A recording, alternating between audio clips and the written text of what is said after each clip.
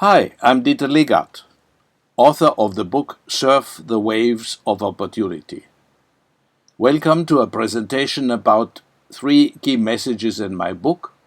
Second, 3 key challenges when we practice constraint-focused, agile operational leadership. And third, our DELTA T Cockpit, the software which simplifies operational leaders' job. The illustrations I show are from my book, and you can download them from the book's website. Message number 1. Operational leadership is a distinctly separate management function. Dick Hackborn, the Hewlett-Packard executive who led HP into the printer business, used to define top management as consisting of 2 tasks. 1. To see the waves of opportunity, which means vision and strategy. 2. To lead riding the wave, which means operational leadership. The vital importance of operational leadership becomes clear when we view management as a value chain. The purpose of business management is to achieve our operational business results. To do that, certain business functions need to perform at a specific performance level.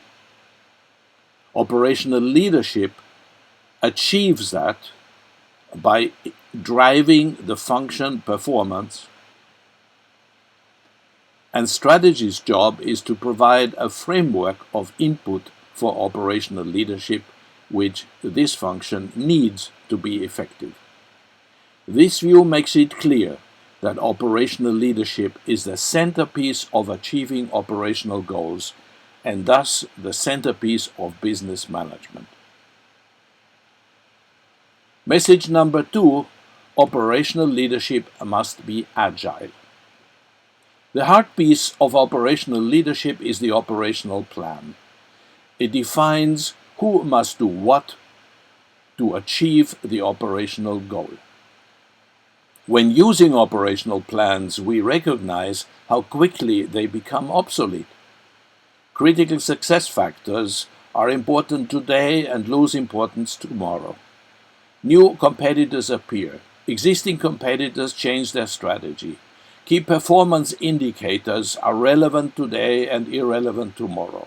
Obstacles appear, are resolved, or are replaced by others. There's continuous change, which means we must lead a continuous agile adaptation of operational plans in a plan, execute, check cycle. First we plan, we set the goal and we design the plan, then we execute the plan, and at the end of an operational sprint we check the plan and adjust it so that we go back to planning. The speed of this cycle of planning, executing, and checking is vital. Amongst competitors, the one who turns this cycle faster will win. Message number 3, never delegate operational leadership. As top managers, we must lead the competence in plan, execute, check cycles, which means we must be sure that our people are well trained, understand what it is about, and drive the PEC cycle as quickly as possible. And we must lead and develop the culture of operational excellence, the values our people cherish. The moment we delegate the PEC cycle, it slows down or stops. The moment we stop worrying about culture of operational excellence, we drop off and become second, third, fourth-class companies. Now to part 2, the challenges we face when leading by these principles. Challenge number 1, how to ensure impeccable delivery of operational obligations. This means how do we make sure that our people deliver every single commitment in the operational plan on time and completely. If our team does not deliver, we fall behind, we don't achieve our goals. The answer is we must personally review progress in the operational plan. Like Mike O'Leary, the CEO of Ryanair, Europe's most competitive low-cost carrier. How I lead, he said in an interview, every Monday morning I review progress in all critical projects in my company. And delay, he added, is not an option. This chart illustrates the importance of reviewing progress in operational plans.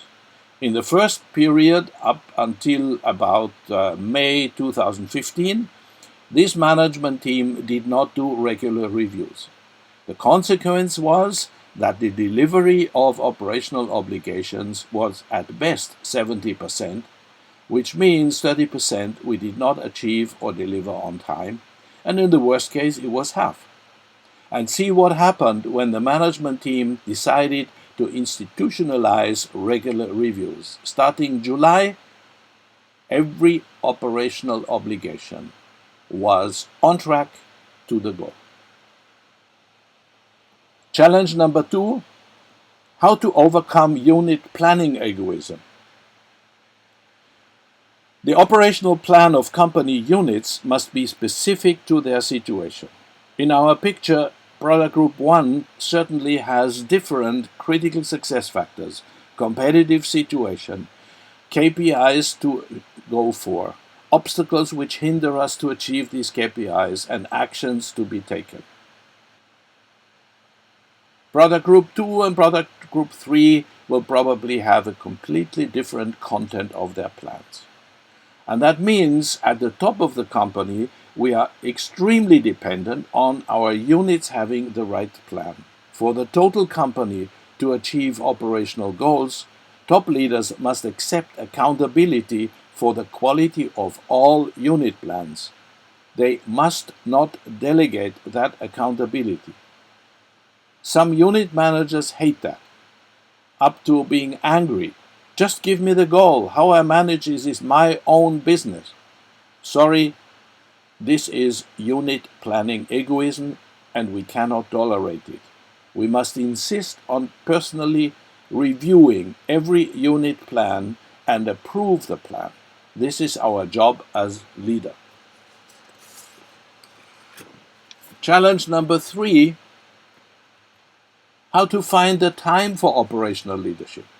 Operational leadership is an additional task to what we do when we don't practice it. With respect to how top managers should spend their time, a big gap exists between theory and reality. The left chart shows how, in theory, top managers should spend their time, which means a majority of the time being used for breakthrough and development activities and another piece on improving what is in place today.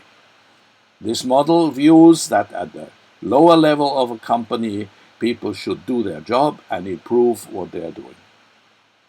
The right chart shows reality. The higher up in the organization, the more unforeseen demand by other forces is imposed on us. Suddenly, a major sales project requires our time. A customer crisis appears and we need to act. A new law appears and we instantly need to decide how to move forward. A competitor enters a key market and with a new product. There's a long list of items which in its essence take time imposed by our business system. As Marcel Ospel, the previous CEO of UBS Switzerland, once said on a television interview, in a good week, if I can decide for 25% of my time what I want to do, it is gorgeous. How to cope with that reality? Well, the answer is utmost simplicity of operational plans. Only focus on the vital constraints. In one-page plans, do not work on long list of things to do. Just focus on the vital constraints. Now to the third part of my presentation, an overview of the software we have designed for operational leadership, the DELTA T Cockpit. The design goal was twofold. One, simplify operational leaders' tasks. and two, utmost simplicity of the tool. No gadgets, no huge databases, just focus on leading effectively. As a result, the DELTA T Cockpit is a software as a service tool which is available over the internet, and it has one single screen for all users. That screen contains just 4 widgets. A goal chart to keep everyone in the operational team focused on the goal.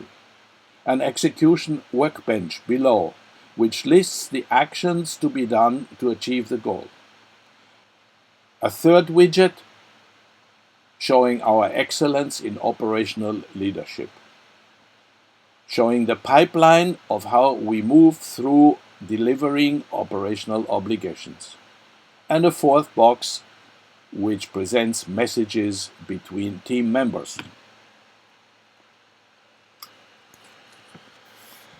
The DELTA T Cockpit is organized to support leading the plan, execute, check cycle. In Right Goal, it offers a tool to set the goal. In Right Plan, it offers a tool to define constraint-focused operational plan. In Right Execution, it offers a tool to track progress to the goal, and for quick reviews, the interim reviews in operational sprints. And in Right Review, in Right Check, it offers the tool to review the goal chart and identify constraints, and the tool to critically review the operational plan and decide where to improve it so that we can start the next cycle. For operational leadership, the DELTA T Cockpit offers a unique feature. It measures status and trend in excellence in operational leadership. In chapter 14 of my book, Right Check, I show the 2 dimensions of operational performance. First dimension is achieving the operational goal, and second dimension is how well we execute the operational plan. The DELTA T Cockpit measures status and development in both and calculates a combined indicator, excellence of operational leadership. It presents that both in present status and in development, and it assists leaders to quickly focus on units which are straggling. Summing it up, we covered 3 messages about operational leadership. It is a distinctly separate management discipline. It must be agile, and we never must delegate it as a leader. 3 key challenges. How to ensure impeccable delivery of operational obligations. How to overcome unit planning egoism. How to find the time for operational leadership. And finally, the DELTA T Cockpit, with a design goal to simplify operational leaders' tasks and be simple and contain no gadgets. Just 4 widgets presented to everyone who works in the team. It's organized to lead the plan, execute, check cycle, and it measures excellence in operational leadership. Thank you very much for your attendance.